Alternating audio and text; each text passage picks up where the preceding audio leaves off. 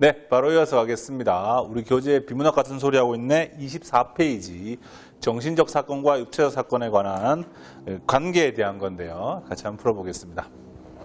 여기도 소재가 4개가 나옵니다.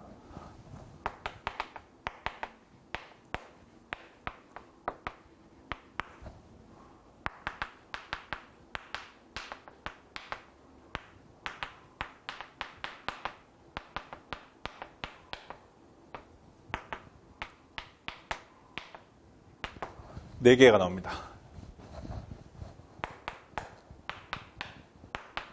차이점 말씀하실 수 있으면 독해 성공한 거고요. 차이점을 말할 수 없으면 다시 읽어야 됩니다. 아시겠죠? 그냥 상호작용론이 뭐야? 그러면 상호작용하는 거요. 평행론이 뭐야? 평행한 거요. 최악입니다, 이게. 이게 그냥 재심을 단순히 나열하는 거예요. 차이점, 잘 한번 봅시다. 첫 번째 단락부터 꼼꼼하게 다시 읽어볼게요. 정신적 사건과 물질적 사건은 구분된다고 생각하는 것이 우리의 상식이다. 이러한 상식에 따르면 인간의 정신적 사건과 육체적 사건도 구분되는 것으로 보게 된다. 하지만 정신적 사건과 육체적 사건이 서로 긴밀히 연결되어 있다고 보는 것 또한 우리의 상식이다.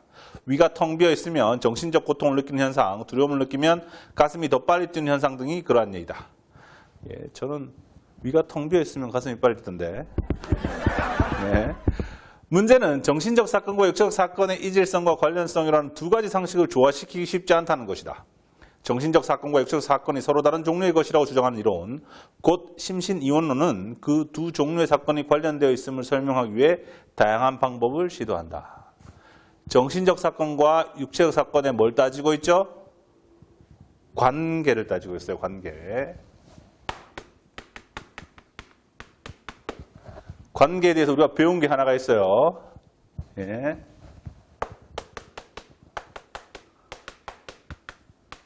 스몽디 기획특강에 과학재시문 풀이법이 올라가 있습니다. 과학재시문은 전체가 다 인과관계를 따지는 과목이라고 했어요. 나머지 하나는 수단 목적 관계인데요. 이건 아직 수업을 안 했습니다. 여기서 뭘 따지느냐? 정신과 육체의 인과관계를 따지고 있어요. 그러면 그것에 대해서 대답해야 됩니다. 쓸데없이 이렇게 대답하면 안 됩니다. 얘들아, 상호작용론하고 동일론하고 차이점이 뭐니? 라고 물었더니 상호작용론은 상호작용하는 거예요. 동일론은 동일하다는데요. 최악입니다. 사과는 맛있는데요. 바나나는 길어요. 됐나요? 차이점을 찾는 기준을 말씀드릴게요. 이 기준은 제가 수능 기출되어 있는 모든 제시문을 놓고 차이점 찾기 유형에 관한 모든 제시문을 갖다 놓고 도대체 이 차이점 찾는 제시문들이 어떠한 기준을 가지고 차이점을 찾는가 귀납적으로 제가 수집한 것들이에요. 법칙은 아닙니다, 이건. 주로 장점과 단점을 기준으로 등장하는 소재들을 차이점을 찾고 있습니다. 우리 바로 앞타임에 배웠던 하드디스크 제시문이 바로 장점과 단점을 기준으로 차이점을 찾는 거였죠. 그런데 보통 인문 제시문에서는 주로 어떻게 나오냐면 개념과 한계를 중심으로 차이점을 찾습니다. 이 제시문은 인문 제시문이기 때문에 이걸 가지고 한번 해볼게요. 자, 가봅시다. 먼저 두 번째 단락입니다. 먼저 정신적 사건과 육체적 사건이 서로에게 인과적으로 영향을 주고받고 있다는 상호작용론이 있다. 뭐라고요? 정신적 사건하고 육체적 사건이 서로 인과적으로. 자, 이거 이렇게 필기할 수 있을까요?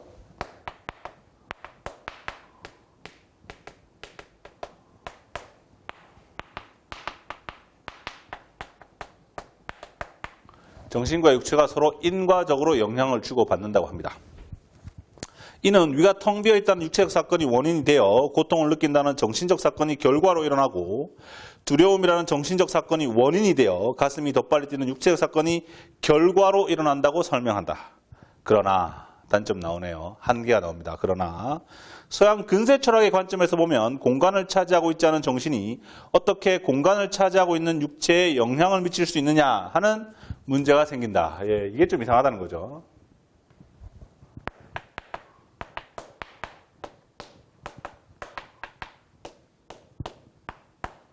이게 좀 마음에 들지 않는다는 겁니다. 이 글의 글쓴이가 보기에는. 이해되시나요?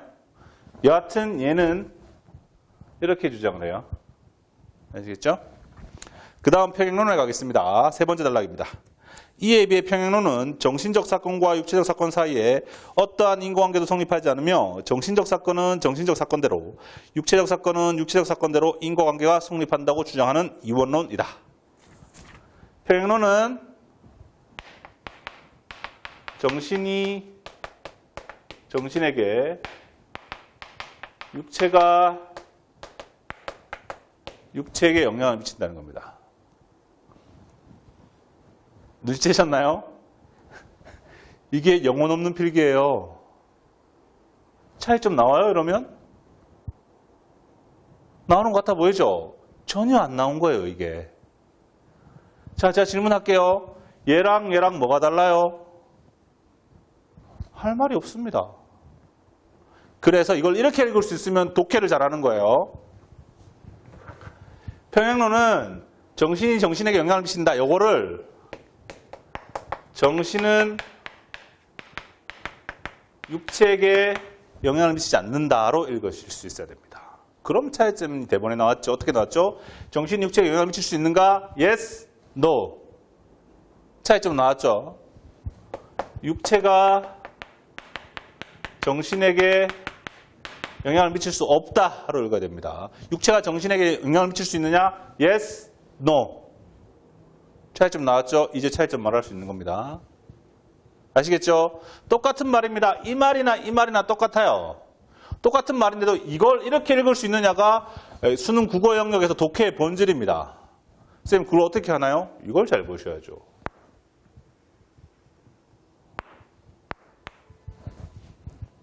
아시겠죠? 차이점이 있다면서요. 하나의 단점이 다른 것의 장점을 물고 있게끔 마련입니다. 왜냐하면 모든 평가적인 발언들은 상대적인 겁니다. 아, 절더러 넌 너무 뚱뚱해 이러는데 제가 뚱뚱한 사람들 중에서는 제일 날씬하거든요. 무슨 말이냐? 누구보다 뚱뚱한 거예요. 단점이라는 건 무엇에 비해 단점인 거라고요. 그래서 하나의 단점을 잘 보는 것이 다른 것의 독해를 더욱 선명하게 해줍니다. 네, 평행론의 단점 한번 보겠습니다. 평행론의 단점은 25페이지, 24페이지 가장 아래쪽에 있습니다. 네. 이 이론에 따르면 정신적 사건과 육체적 사건이 상호작용하는 것처럼 보이는 것은 어떤 정신적 사건이 일어날 때 거기에 해당하는 육체적 사건도 평행하게 항상 일어나기 때문이고, 물질로 이루어진 세계의 모든 사건은 다른 물질적 사건이 원인이 되어 일어난다는 생각, 즉 물질적 사건의 원인을 설명하기 위해서 물질 세계 밖으로 나갈 필요가 없다는 생각은 근대 과학의 기본 전제이다. 얘는 근대 과학의 기본 전제를 위배했죠. 얘는 근대 과학의 기본 전제를 만족하고 있습니다. 그러나 서로 다른 종류의 사건들이 동시에 일어난다는 사실은 이해하기 힘들다. 네. 평행론의 단점이 뭐냐? 평행론의 한계가 뭐냐? 서로 다른 사건인데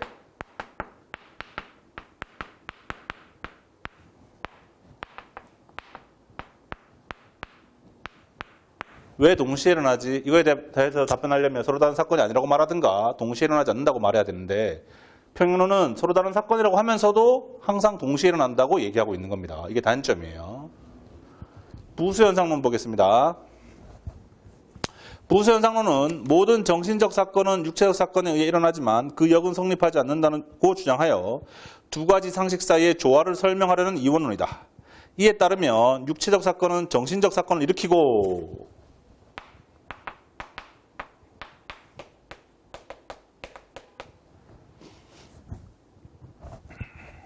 또 다른 육체적 사건의 원인도 된다.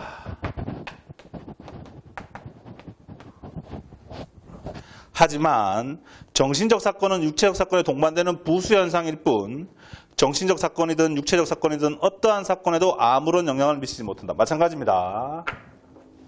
이게 핵심입니다. 이게.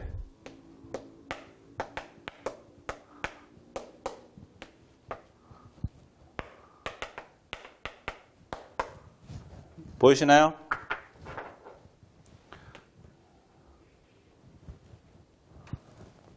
차이점입니다. 정신이 육체에 영향을 미치는가? Yes, No. 보이시나요? 정신이 정신한테 영향을 미치는가? Yes, No. 요거를 읽어낼 수 있으면 됩니다. 요거를. 아시겠죠? 마지막으로 동일론입니다. 단점 얘기하겠네요. 단점. 단점 마지막 문장에 있습니다. 그러나 정신적 사건이 아무 일도 못하면서 따라 나올 뿐이라는 주장은 아무 일도 못한다면 도대체 정신적 사건이 왜 존재해야 하는가?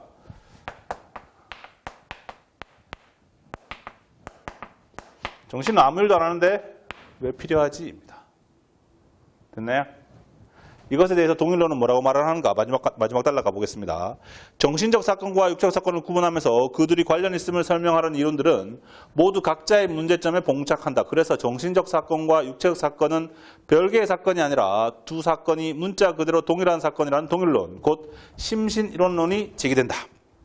과학의 발달로 그동안 정신적 사건이라고 알려져 있던 것이 사실은 육체적 사건에 불과하다는 것이 밝혀짐에 따라 인과관계는 오로지 물질적 사건들 사이에서만 존재한다고 보게 된 것이다. 여기에서 긴장이 풀어져가지고 동일론이 뭐냐라고 물으면 이거를 정신이랑 육체랑 동일한 거로구만 이렇게 필기하고 끝내는데 이러면 영혼이 없는 거예요. 우리 지금 뭐 하고 있죠? 정신과 육체 사이의 관계에 대해서 하고 있다고요. 관계에 대해서 물었으면 관계에 대해서 답변을 하세요. 해봅시다. 자, 동일론은 육체가 정신에게 영향을 미친다고 말을 하나요? 아니요. 동일론은 정신이 정신한테 영향을 미친다고 말을 하나요? 아니요. 정신이 육체에게 영향을 미친다고 말을 하나요? 아니요. 육체가 육체에게는 예스입니다. 자, 다시 질문 처음으로 돌아올게요. 동일론하고 부수현상론하고 뭐가 다릅니까? 제시문 굉장히 길었습니다. 이렇게 어마어마한 덩어리를 던져줬지만 차이점을 찾아보면 딱 하나 나옵니다. 부수현상론은 부수적으로 발생하는 거래. 동일론은 동일하대. 이렇게 말을 해갖고 차이점이 안 나오고요. 이 글의 중심 화제가 정신과 육체 사이의 인과관계라면 그 인과관계를 둘러싸고 부수현상론과 동일론이 딱 하나가 차이 납니다. 그게 어느 거죠? 이겁니다. 이거. 정신이 육체가 정신에게 영향을 미치는가? Yes. Yes. No. 다른 거 다 똑같아요. 웃기죠? 그러면 선택지를 무한히 생산해낼 수 있습니다. 정신이 정신에게 영향을 미치지 못한다는 점에서 얘들 둘은 같다. Yes. 정신이 육체에게 영향을 미치지 못하는 점에서 얘들 둘은 같다. Yes. 육체가 영향을 미친다는 점에서 얘들 둘은 같다. Yes. 그럼 오답 선지도 또 나오죠. 얘는 얘와 달리 이렇다. 틀렸습니다. 차이점 요거 하나만 다르고 다 똑같거든요. 평행론이랑 동일론 사이의 차이점 한번 찾아볼까요? 딱 하나 있습니다. 딱 하나. 다른 건 다 똑같아요. 요거 하나만 다릅니다. 요거 하나만. 정신이 정신에 영향을 미치는가? Yes. No. 아시겠죠? 이렇게 해놓고 나면 상호작용론과의 차이점도 나옵니다. 정신이 육체에 영향을 미치는가? 예. Yes. No. 육체가 정신에게 영향을 미치는가? Yes. No. 아시겠죠? 공통점과 차이점을 알면 둘이 뭐가 다른지를 알 수 있게 됩니다. 그렇지 않고 그냥 줄줄줄 읽으면 그냥 글자만 다른 거죠. 근데 평가원은 굉장히 섬세하게 이 지점을 딱 치고 들어옵니다. 얘가 독해를 잘했느냐, 내가 이렇게 자꾸 말을 했는데 A랑 B랑 다른 줄 얘가 알아먹긴 알아먹는가, 그걸 정확하게 딱 치고 들어옵니다. 2번 문제와 3번 문제가 그런데요. 같이 한번 보겠습니다. 3번 문제 먼저 보고 갈까요? 3번 문제부터 볼게요. 보기는 부수현상론, 여기 있어요. 부수현상론 특징이 뭐죠? 정신이 아무것도 안 한다는 거예요. 그러면 쓸데없이 보기를 독해할 게 아니라 보기 안에서 아무것도 안 하는 거 빨리 찾으세요. 그게 정신입니다. 보기에 A, B, C가 있는데 지구와 달, 태양의 상대적인 위치, 조수의 값만, 달의 모양 세 가지가 등장하는데요. 걔들 세 개 중에서 한 개는 아무것도 안 합니다. 걔가 정신입니다. 찾으시면 됩니다. 답이 바로 튀어나옵니다. 3번 문제 풀이하는 거 하나만 보더라도 얘가 이걸 제대로 이해했는가 충분히 알 수 있습니다. 2번 문제 볼게요. 2번 문제는 뭐냐면 평행론과 동일론에서 모두 동의할 수 있는 지수. 얘랑 얘의 공통점 묻고 있어요. 딱 하나만 공통점이고요. 다른 건 다 차이점이라는 거예요. 1번 선지부터 보겠습니다. 1번 선지. 정신적 사건들 사이에는 인과관계가 존재하지 않는다. 정신과 정신 사이에는 인과관계가 존재한다, 안 한다? 존재한다, 안 한다. 차이점이에요. 아웃 1번. 2번. 육체적 사건과 정신적 사건은 서로 대응되며 별개의 세계에 존재한다. 육체와 정신은 서로 대응되며 별개의 세계에 존재한다. Yes, no. 아시겠어요? 동일론은 정신적 사건을 별도로 인정하지 않죠. 예. 따라서 yes, no. 2번도 아웃. 4번 선택지 보겠습니다. 공간을 차지하고 있지 않은 정신이 공간을 차지하고 있는 육체. 공간을 차지하네 안 하네 말이 많지만 결국 4번 선지가 요구하는 건 뭐냐면 정신이 육체한테 영향을 미치냐고요. 4번이. 정신이 육체한테 영향을 미치느냐? 정신이 육체에게 no. 둘 다 no입니다. 둘 다 yes라고 답변할 선지를 찾고 있죠. 5번. 정신적 사건이든 육체적 사건이든 어떠한 사건에도 영향을 미치지 못하는 정신적 사건이 존재한다. 영향을 미치네요. 정신은 영향을 못 미치죠. 그러니까 여기는 no. 문제 잘 냈죠. 2번 문제 보시면 1, 2, 4, 5가 다 오답이에요. 정답은 3번이고요. 1, 2, 4, 5인데 오답의 형태가 다 달라요. 4번, 5번은 둘 다 no예요. 그래서 드렸어요. 1번과 2번은 no, yes, no 해서 틀린 거예요. 2번 문제 요구하는 건 yes, yes잖아요. 그게 바로 3번입니다. 뭐죠? 공통점 뭐였죠? 예, 육체끼리. 이걸 찾으면 됩니다. 3번 선지. 물질적 사건의 원인을 설명하기 위해서는 물질 세계 바깥으로 나갈 필요 없다. 육체적 사건의 원인을 따지기 위해서는 육체 바깥으로 나갈 필요가 없다. 이해되시나요? 그 미세한 차이를 알아야 됩니다. 차이점. 그냥 뭐 머릿속에 불투명한 형태로 추상적인 형태로 머릿속에서 막 우겨 넣어가지고 단기 기억력으로 국어 문제를 푸는 경우가 있죠. 국어를 그래서 단순 내용일치로 파악하는 경향들이 있습니다. 그렇지 않습니다. 핵심적인 내용을 찾으면 등장하는 소재들의 차이점을 찾을 수 있습니다. 제 눈에는 이게 FC, FS로 보입니다. 제 눈에는 이게 SSTF로 보입니다. 이게 SCAN으로 보이고요. 이게 LOK로 보입니다. 그래서 차이점 찾기 첫 번째 강의에서 스케줄링 방식을 보여주고 야 이게 스캔이야 룩이야라고 딱 물어봤죠. 그 차이점을 정확하게 찾아야 되지 않습니까? 끝 0과 199를 찍느냐 안 찍느냐 가지고 얘들 둘이가 갈렸어요. 여기서는 뭐로 갈린다? 여기서는 뭐로 갈리나요? 예, 육체가 정신에게 영향을 미치느냐 안 미치느냐. 딱 하나만 나와요. 딱 하나만. 본질적으로 그럴 수밖에 없습니다. 여러분들 우리 교재 맨 앞에 있는 반본질주의 제시문 한번 찾아보십시오. 사람하고 바위하고 컴퓨터하고 뭐가 다릅니까? 다 다르죠. 그걸로는 제시문이 성립할 수가 없어요. 보통의 경우 차이점을 찾는 제시문들은 대부분의 경우가 비슷하면서 아주 결정적인 지점에 딱 하나 다른 거 그걸 내놓고 이 핵심을 파악할 수 있는 걸 테스트합니다. 제시문 덩어리가 컸지만 차이점들은 의외로 매우 선명하게 나옵니다. 아시겠죠? 제가 왜 이거를 FC, FS나 이런 걸로 보인다고 말했냐면요. 둘 다 국어 제시문입니다. 하드디스크 스케줄링을 틀리면 나는 문과라 가지고 과학 제시문이 약해. 정신과 육체의 관계에 대해서 틀리면 나는 이과라서 문과 제시문이 약해. 전혀 그렇지 않습니다. 똑같습니다. 둘 다 차이점 찾으면 독해 성공한 거고 차이점 못 찾으면 다시 읽으셔야 됩니다. 네, 잠시 끊어서 갈게요.